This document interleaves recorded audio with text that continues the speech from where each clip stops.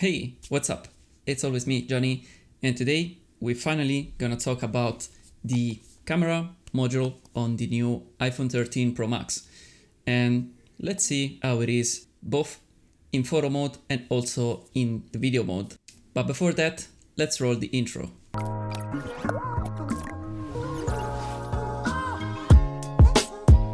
So, before talking about the quality of the images of this iPhone and also the quality of the video of this phone, we are gonna talk about some tech stuff. And so we're talking about the hardware of this phone.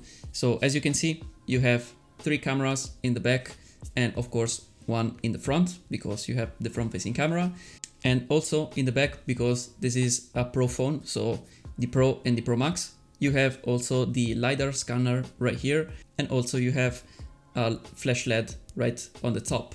So all of these 4 cameras are from 12 megapixel. You have no difference on the megapixel on this phone because iPhones, I think since the 6 or maybe the 6S, I can remember right now, they add always 12 megapixel cameras.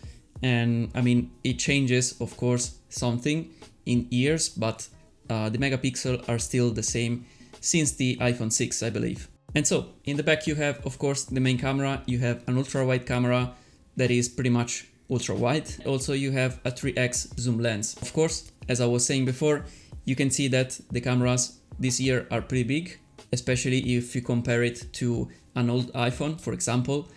And also they are bigger than the 12 and the 12 Pro Max of the latest year. So this is not because this has more megapixel, as I was saying, but it's because the sensor inside the cameras and the lenses, it's bigger. It does capture more light, and this means that the photos and videos, especially in low light, are gonna be just better. The front-facing sensor, it is pretty much the same one as the years before. It is a little bit bigger, so it does capture also a little bit more light, so it is a little bit better than the latest iPhones, but there is no big difference in the front-facing camera. And also, one thing that I want to point out on the design of this phone and actually of the camera itself, so the camera module, it is that when you turn on the LED, the flash LED, I don't know if you can see it right in the camera, but it does give a little bit of glow around the camera module, and actually also you have a glow around the edges of your phone, especially I think this one because it's white, so you have this nice glow that you can see it only if you are in the dark, but I don't know if it's on purpose, but I like it very much. That being said, let's talk about the photo quality on this phone. Then we will talk about the video side at the end of this video, of course. So stick to this video and subscribe to this channel if you haven't already. So talking about the photo, of course, the main sensor, it is the best one because it does capture more light. It does have a little bit more depth in the photos. So you have like some natural bokeh because the sensor, it is bigger this year, as I was saying before. And also you have the ultra wide sensor, as I was saying before, that it is pretty wide actually. So you have to make sure if you just take a pic of a subject, especially a person, you have to make sure that especially the head needs to be in the center of the frame because it does distort a lot on the edges. So make sure to check it out when you're taking a photo of a subject like a person or maybe also an animal or something like that, because it distorts a lot on the edges. Also you have the zoom lens that this year it is from 3x, it's no more of 2.5x. that I think it doesn't make any sense from the 12 Pro Max of the last year. It does make more sense on this phone because you have pretty much an equivalent of 70 millimeters. It's a pretty good zoom lens, and especially if you want to take like portrait, and if you want to take like a little bit zoomed photos. And also it does work very good if you are in good light. Of course, if you are not like in good light, or maybe there is a little bit of low light situation, I mean, it's better to shoot like with the main sensor because it does capture more light and more information. So this results in a better quality photos. So with all of 3 sensors, you don't get like pretty much very over sharpened photos like you can get on maybe other smartphones, but this year there is a little bit more of over sharpening if you compare to the latest iPhones. But I don't think it is a bad thing because, I mean, if you take a lot of photos on your iPhone, they are probably for some socials, so they look very good like that. And remember that these sensors are all from 12 megapixels, so remember that if you want to zoom in like digitally, I mean, it doesn't make any sense to zoom in because the photos will be like pretty much trash. This is just because 12 megapixel are just enough for the photo itself, but if you want to zoom in, you will get like a very bad photo. So just keep that in mind. So as I was saying, also in my first impression of this phone, this year you have some photo filters, so you can choose like from some presets that you have on your iPhone, and you can choose, of course, the tone of the photo and the warmth. So you can change like the temperature of the photo and also the contrast on the photo. So you can make it like more vibrant or maybe more subtle. Also, one thing that I like a lot about the iPhones, it is that you have always the option to enable the live photos. That I like very much that function. I hope that it was on every Android phone also, because I found it very, very useful, because you take the photo and also you have like a little videos before that photos or just after that photo.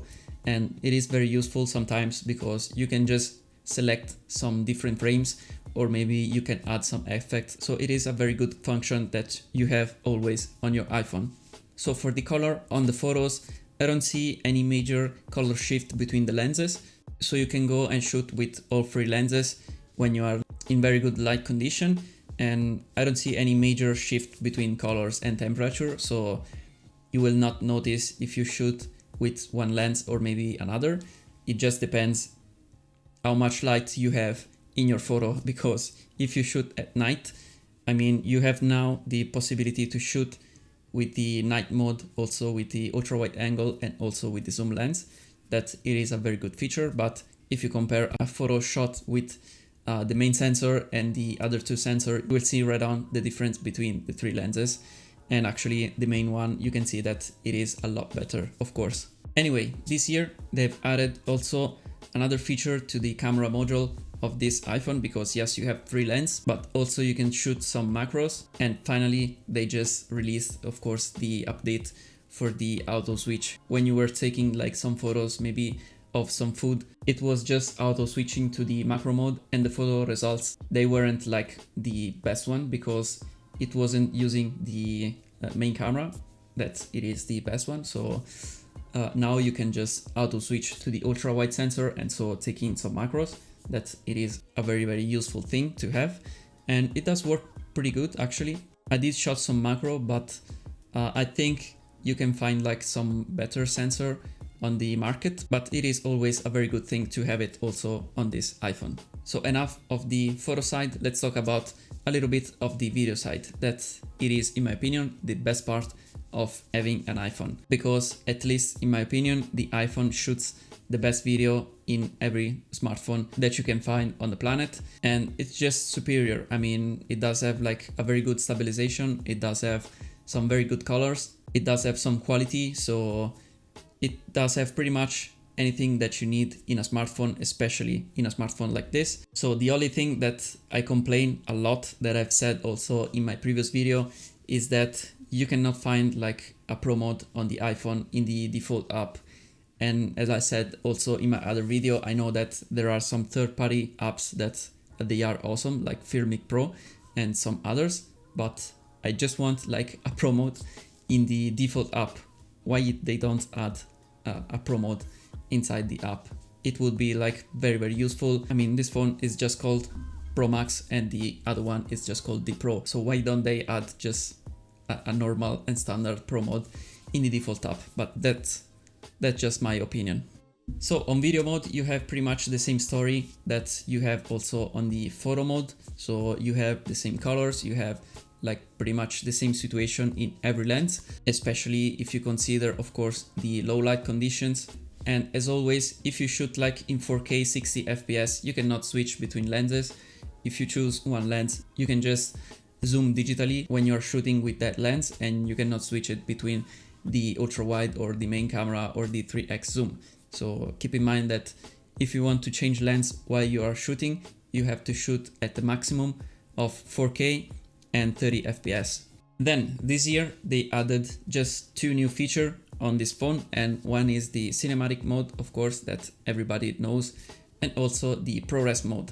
So we start talking about the cinematic mode, that in my opinion it is still a very fresh thing, we can say. So you have to wait maybe for the next version to be usable in a real world situation, because now you can see it that it is very fake, and I don't see myself like using that mode very often, but sometimes maybe you can find like a useful way to use it, of course. So it's always better to have it instead of not have it, also if it is useless in most of the cases, but sometimes you can get like a very good situation for the cinematic mode and you can use it for a good video. So I think in the future, with some updates and also with some fix and with the progression of this technology, you can reach like some very good results with that cinematic mode. But now in the most of the case, you can see that it is pretty much fake, so I don't like it too much. Then talking about the ProRes mode, it is pretty much a pro mode, so only for pro users. So if you want to just manage the file afterwards, you shoot it. Maybe you want to have like more dynamic range, more control on your colors of your videos, so you can shoot with that mode. But there are some things that we have to say, that you can shoot 4K in ProRes only if you have an iPhone with 256 gigabytes of storage. If you have like an iPhone with 128 gigabytes of storage, you cannot shoot in 4K ProRes, but you only can shoot at 1080p, and so in my opinion it does lose its purpose. But if you want to shoot in 4K and in ProRes, you need to have like a lot of space in your storage, because the files are very big. And actually you can see a little bit of a difference between a normal file and a ProRes video. In my opinion, there is no big difference between the two, so for now it cannot justify to use that ProRes mode when you are recording the video. You can use it, in my opinion, if you want to shoot like something in particular that you want to have like a little bit more of quality and dynamic range, but the difference is very little, and in my opinion it's not worth it to shoot in ProRes for now. Maybe they will increase the quality or some stuff like that, but for now I think you are safe to shoot in the normal codec, so you can shoot in H.265 and you are pretty good to go. So that being said, in conclusion, I can say that this iPhone, it is pretty much the classic iPhone, we can say. Not that is a bad thing, because if you buy an iPhone, I mean, you expect what you will get. So you have a very nice camera system, both in photo mode and in video mode, especially in video mode. So this has no surprise, we can say. So it does the job very good, like all the other iPhones. And of course, if you don't consider the price, it is a very good piece of gear. But considering the price, you have to be very wise to buy one of these phones, especially this one. This is the ProMax version with 512 gigabytes of storage. For example, in my opinion, if you have to buy like a nice pocket camera, and also if you have to buy like a new smartphone, you can combine these two and buy one of these, because it can replace both of the options. So for me, this could be like a very good deal. But if you have like a nice camera already, or maybe if you have a very good phone already, I mean, the price, it's very high, in my opinion. I mean, it is a very premium smartphone, of course, but still it is very high. Then of course, if you have to buy a phone to make videos and photos for your social, I mean, this one is one of the best, of course, especially if you have to take like a lot of videos. And you know that, as I was saying before, the iPhone, it is the best one for the video.